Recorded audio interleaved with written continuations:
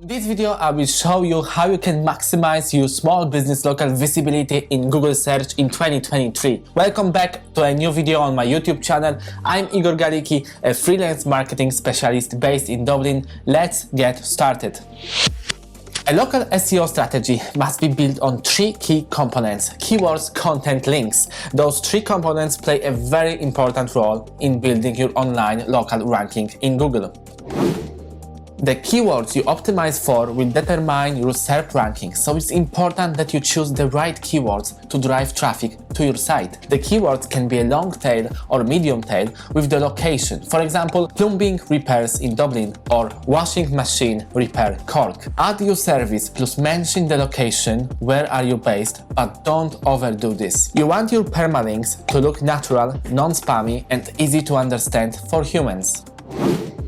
The content on your website is the most crucial part of your local SEO strategy because it's what will convince your potential customer to convert to acquire a lead. What I mean by content is a optimized text, unique optimized text with good readability and supporting real images of your business or services or products, plus good unique headings containing keyword or synonym of this keyword. Links are still important ranking factors, so it's essential you have a strategy in place to build links from high authority websites pointing to your website.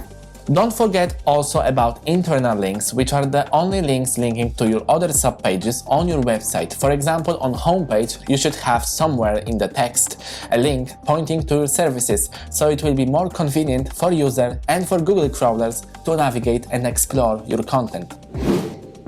Next, include your contact details. Make sure to include your business information such as your name, address and phone number, which is called NAP, so that customers can easily find and contact you. Make sure to use a proper HTML tag. If you are, for instance, displaying a business address, then the HTML5 tag should be wrapped into this. One of the most significant change is user intent. You can find your competitors' user intent by opening incognito mode using, for instance, Google Chrome browser and typing the keywords that you have in common with your competitors. And then you take the first 3 to 5 top results and based on that you measure what is the Google user intent. There are 3 most common user intents.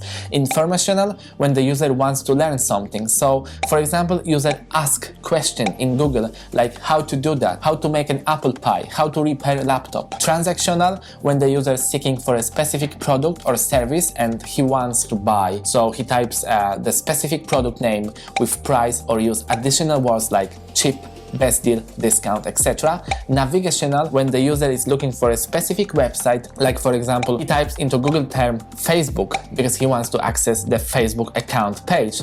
So Google can recognize it and put it next to your competitors. That's in a big general theory. There are other such big factors like on-page SEO, where all headings should be optimized along with website loading speed, but this can be explained in next video only if you want. Let me know in the comments section and if you'd like me to create such a video.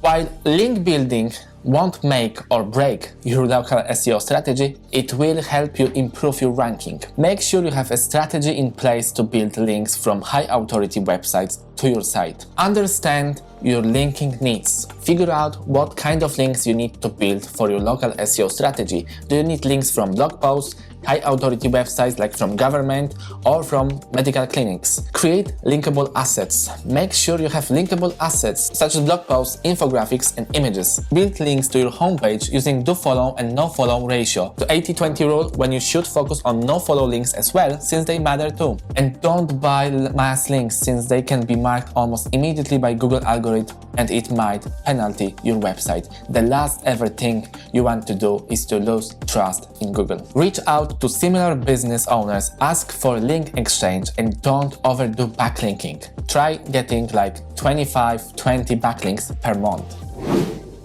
There are 3 general tips if you want to get backlinks using directory listings. First one is get verified. Make sure you get verified on high authority directories. Then get some opinions. Although you should always focus on Google My Business reviews in terms of reviews from your customers, it's a good rule of thumb to have a few reviews on other high authority directory websites. And then the last but not least is just be proactive. Be proactive in contacting directories and requesting to be listed. Tracking and measuring local SEO success is an important step for any business looking to increase their local visibility and reach. It is important to track SEO as it allows businesses to measure their progress and make adjustments as needed.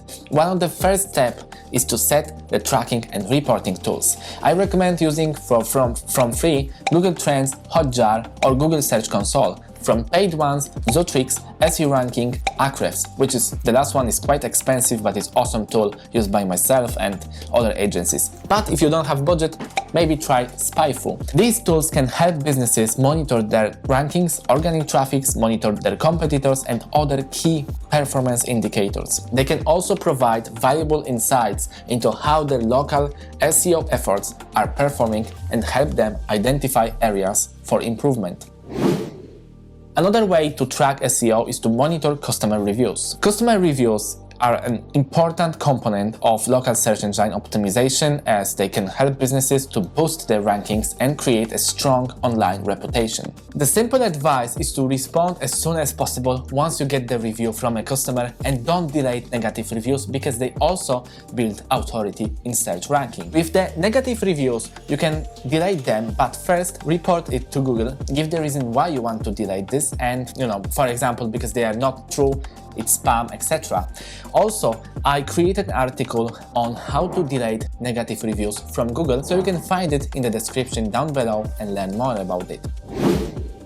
Finally, businesses should also track their local SEO efforts using analytics. Analytics can provide businesses with valuable insights into how their SEO is performing and how they can target better, more effectively their local audience. You can use Google Analytics 4, which is completely for free, and provide the data from Google itself. Generally speaking, there are 3 tools that can give you a pretty solid, accurate results of your website performance and can outline errors that can be fixed by you or your webmaster. If you want to check your website loading speed, which is completely essential for Google ranking to be on top today, then I suggest using pagespeed.web.dev from Google or GTmetrix or tools.pingdom.com. If you want to check your local SEO website structure, then you can use SEOsitecheckup.com, which has a free trial, or you can use Screaming Frog or Sidebulb, or you can hire a specialist who will prepare a much more detailed audit about your website. Feel free to contact me or visit my Fiverr. I do website audits as well. Subscribe my channel if you find this video somehow interesting and you learned something new. That's it for today. Thanks for watching. Have a wonderful day.